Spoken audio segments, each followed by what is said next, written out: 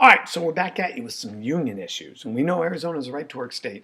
SB 1094, SB 1354, SB 1355, and HB 2476 all deal with unions. Basically, they all say that if you're going to be in a union, you got to reauthorize every single year. You can't just join a union and de facto have it roll over the next year. If you're going to auto-deduct from your paycheck your union dues, you have to reauthorize every year. You can't just continue it on. If you're going to be a part of a union, then you have to authorize their spending of political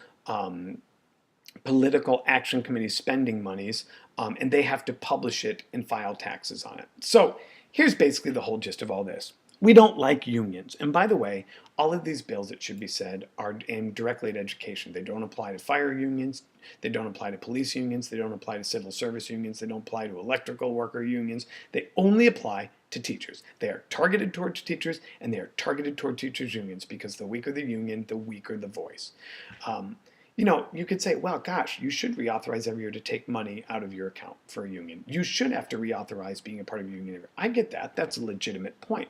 Then why don't we make electrical workers reauthorize every year? Why don't we make civil service employees reauthorize every year? Why don't police have to reauthorize every year?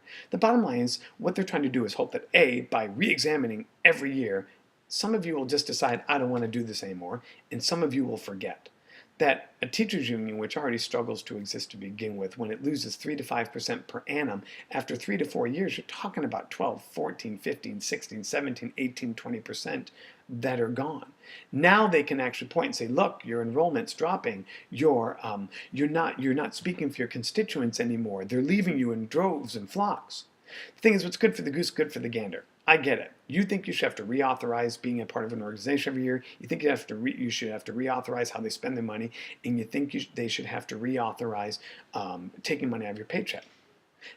Does APS make me reauthorize every year to pull money out of my auto deduct?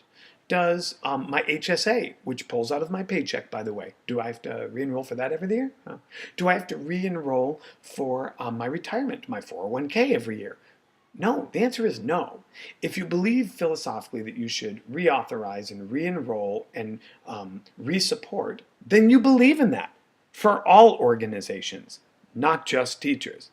These three bills are targeted towards weakening the teacher's voice so that they continue to move forward with the privatization of the public schools.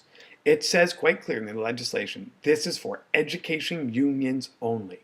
Can someone give me another reason or rationale for having an education union only bill? Oh wait, I've got one. It's because you're scared of the other unions. That's why. If someone's got another reason, I'd like to hear it.